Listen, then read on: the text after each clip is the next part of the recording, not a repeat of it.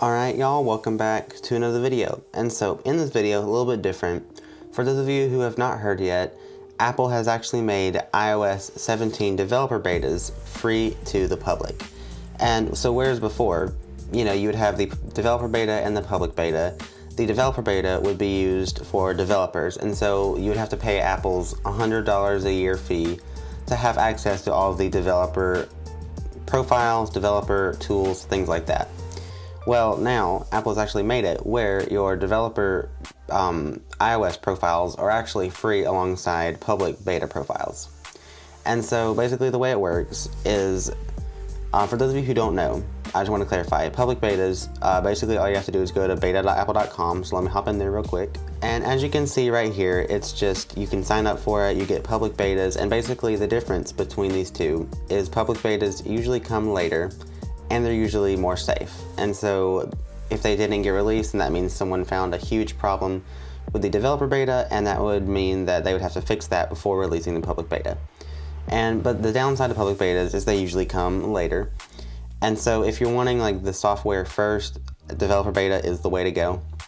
But public beta, I mean, you just sign up with your Apple ID and you're good to go. So basically, the first thing I want to talk about is how to get a developer beta account and download the developer beta. So first thing you want to do is make sure your device is at least 50% charged. Mine is at 70, so we're good to go. The next thing you want to do is make sure your device is updated to the latest version of iOS. So for me, it is on iOS 16.5 right here, and that as of recording this video, that is the newest version of iOS software. So just make sure it's on the newest version of released iOS software.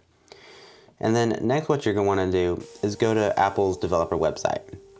And so let me load that up real quick. So the website is literally just called developer.apple.com, and as you scroll down, you will see all types of different software. You have iOS 17, iPadOS 17, macOS, watchOS, stuff like that. So what you're going to click on is click on the one that represents the device you're using. For this is an iPhone, so I'm going to click iOS 17. And then down here at the top, you're going to see a button that says download. And so you'll click on that, and then it will ask you to sign into your Apple ID. Now, I'm not going to do this because I already have an Apple ID associated with developer betas, but this is where you would sign in with your Apple ID, put in your password, and there you go. So once you've done that, you're going to hop into settings and click on software updates, and then you should see this button right here which says beta updates.